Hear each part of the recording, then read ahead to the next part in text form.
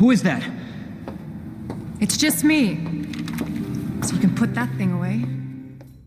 It's raining in Raccoon City. The streets are slick with blood, the air thick with dread, and you are about to step into one of the most masterfully reimagined survival horror experiences ever made. This is Resident Evil 2 Remake. It's been 6 years since it released back in 2019. Time really flies, huh?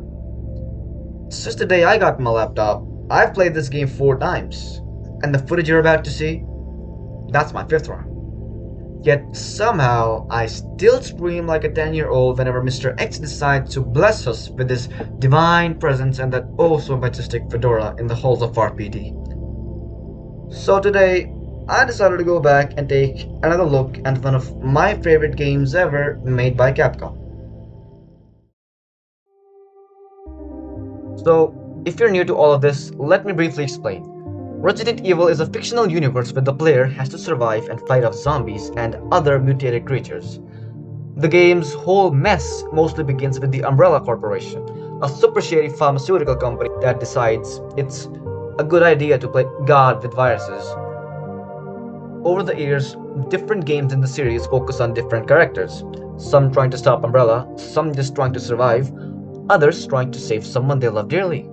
And RE2 is one of the most iconic entries where you step into the shoes of Leon Scott Kennedy and Claire Redfield in a zombie-infested Raccoon City. Anyhow, enough schooling for everybody, let's dive into our review. Beginning with the atmosphere, the game takes place in 3 major locations, being the police station, the sewers, and the underground facility, each with its own distinct vibe. The police station is basically a museum turned zombie buffet. It's huge, airy, and filled with tight corridors, which means running past a zombie usually turns into getting grabbed by one. Lickers drop from ceilings and lash out with their tongues like you owe them rent or something. Seriously, it's wild, unpredictable, and brilliantly designed. But what really makes the station iconic is its layout. It's a damn maze.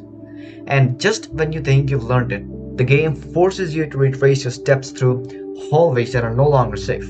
Forget to board a window? Congratulations, now you've got company. The dim lighting, layered ambient sound, and clever use of puzzles help keep the tension alive. And then there's Mr. X, the 7-foot juggernaut who does not care whether you're armed, hurt, or screaming. My guy is relentless. You hear those heavy footsteps echoing somewhere nearby, and suddenly your brain just shuts off. What cleaning products does that man use for his ears? No clue, but they better sell that bulk. The sewers, on the other hand, don't have any trench-coated giant constantly stalking you. It's yellowishly disgusting, damp, and crawling with adults. Grotesque, mutated creatures that look like failed science experiments with a vendetta. The ones from the water spew acid and block narrow paths like bouncers at a nightmare nightclub. Navigation here is no easier. You're juggling valves, elevators, and chess pieces? Yeah, you thought you were good? Good luck saving Ada or Sherry while keeping your sanity and handgun ammo intact. The sewers also connect back to the police station where you can collect items you missed earlier. Or just pay a good old visit to our old lonely tyrant.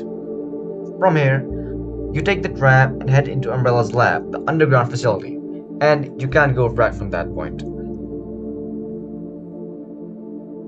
This is where the game shifts gears from survival horror to sci-fi thriller. The tension doesn't drop, but it changes flavor.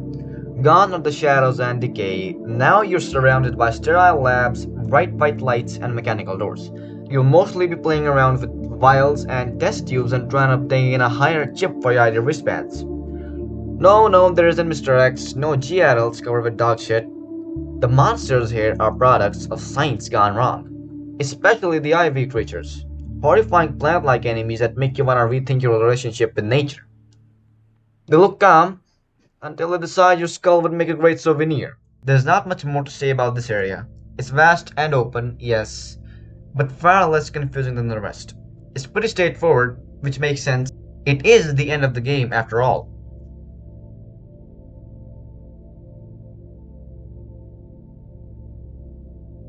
But atmosphere only doesn't make this game a masterpiece. So let's talk about gameplay.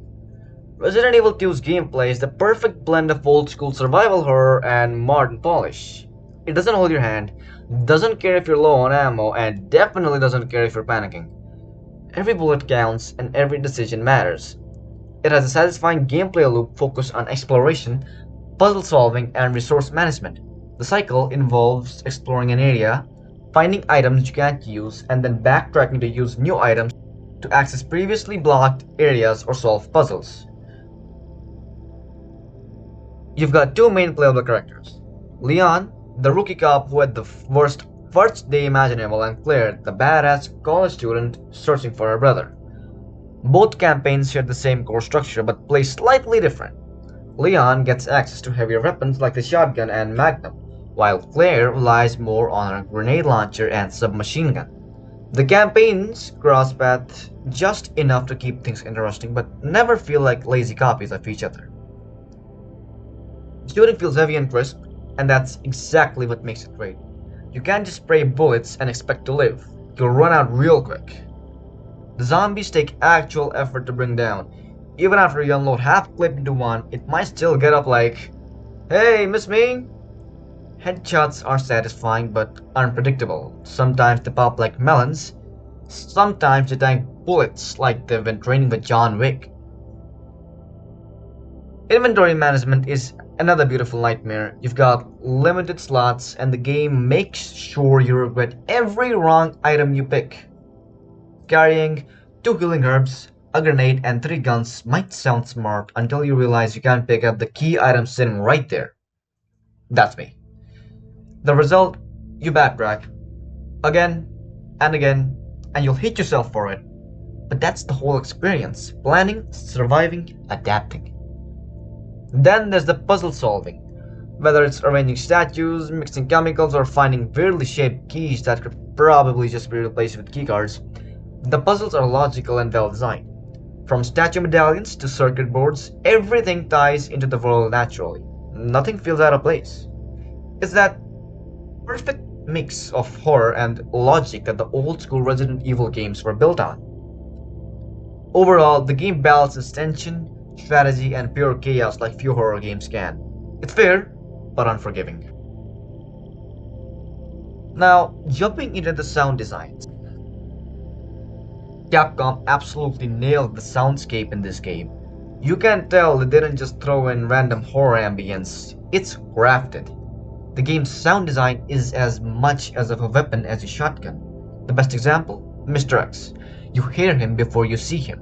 Those heavy rhythmic footsteps above you are enough to make you stop moving altogether. Sometimes the sound fades and you think it's gone, but no. One wrong step, one open door, and he's right there. And the silence? That's the real killer. There are long stretches with no music at all, just the sound of your footsteps or the rain hitting the windows outside. That emptiness builds this weird paranoia. The sound team used dynamic audio layering to make the remake feel alive, like the whole world's breathing around you. Now, I'll shut up for a moment and let you guys hear something for yourself.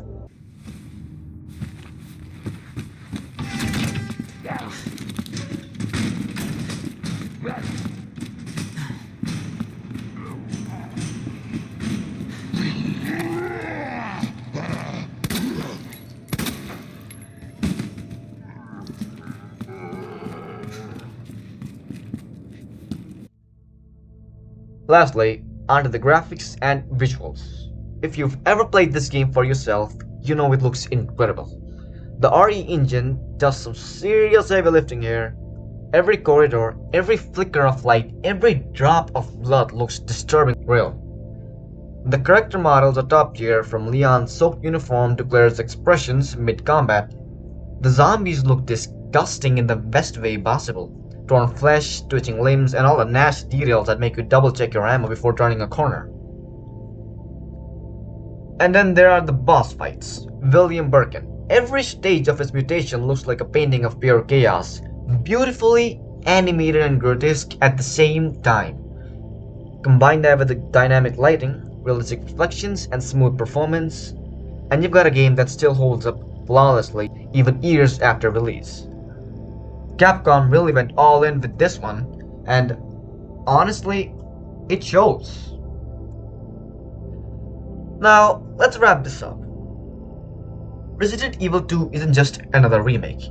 It's a damn masterclass in how to bring a classic back to life without losing its soul. Capcom didn't just slap new textures from an old game, they rebuilt it from the ground up, modernized the controls, tightened the pacing, and somehow made it scarier than ever. It's survival horror at its finest, tense, brutal, and rewarding. Even in 2025, this game holds up unbelievably well. The atmosphere, gameplay, and visuals still outshine most modern horror titles. It's proof that good design doesn't age, it just gets better with time. Sure, it has its minor flaws, repetition in different scenarios, and not the best boss fights, but honestly, you don't remember all of that when you're playing it. The game is great. If you're into horror, tension, or just want to experience what true survival horror feels like, play it. Resident Evil 2 isn't just a game you finish, it's one you remember. It may be a bit too slow-paced for some people, so for those, I recommend playing Resident Evil 3 or Resident Evil 4. That will be all for today, ladies and gentlemen. This is my first review video, so it's definitely not the best. If you have any suggestions on how I could improve, you're free to comment down below. I'll make sure to read them and definitely try to implement them in my next reviews. And if you enjoyed, like the video, subscribe, and hit the bell icon so you stay updated on what I do next. Anyways, see you later, folks.